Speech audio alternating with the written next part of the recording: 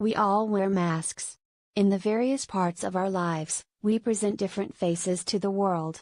Often it is a form of self-preservation. We want to be liked, valued, respected, feared. Sometimes it is because we desire something we are afraid that our real self would be unable to get, a new contract with a client, for example, a date with John/Joan from next door. Occasionally, it is because we have something we wish to hide. Something dark, perhaps. Something deadly. In my new thriller, The Liar's Room, identity is at the heart of the mystery. Or mysteries, I should say, because although almost all of the action takes place in a single room, involving just two main characters, nobody is quite who they seem to be.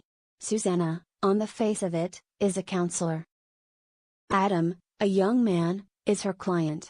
He wants her help, he says, and Susanna offers it, but very quickly it turns out that Adam isn't the only one with a troubled past.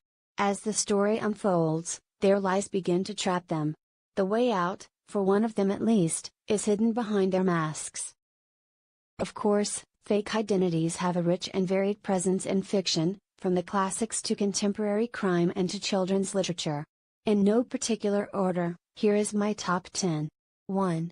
The Handmaid's Tale by Margaret Atwood. I was first introduced to this during English literature lessons at school, and like many of you, I'm sure, I've been relishing the outstanding performance of Elizabeth Moss as offered in the recent TV version.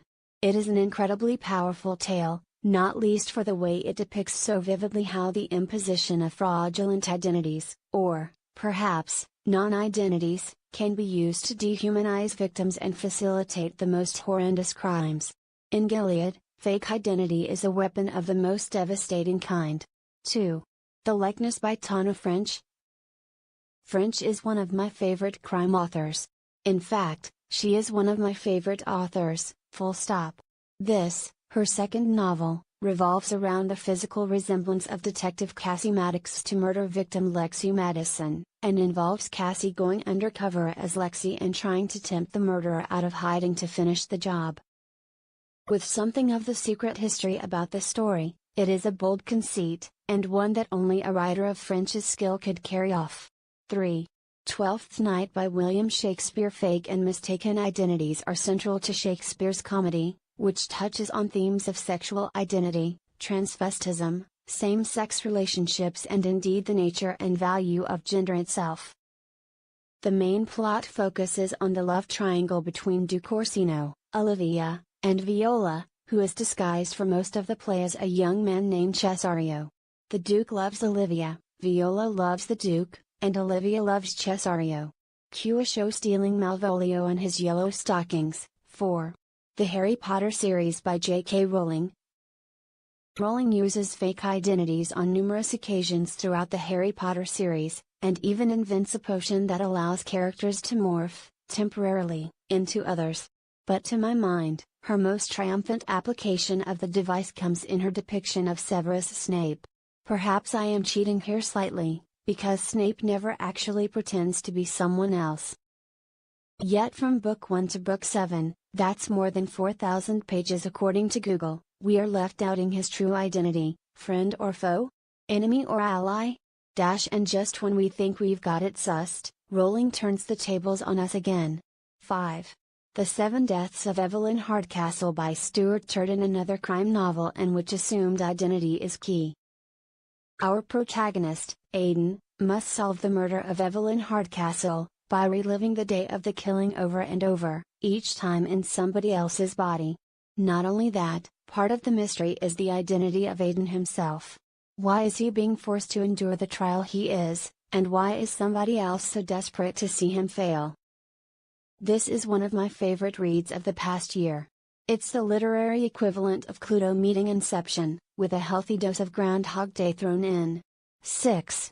Ready Player One by Ernest Cline. Cline takes the concept of fake identities into the age of the Internet, and significantly beyond.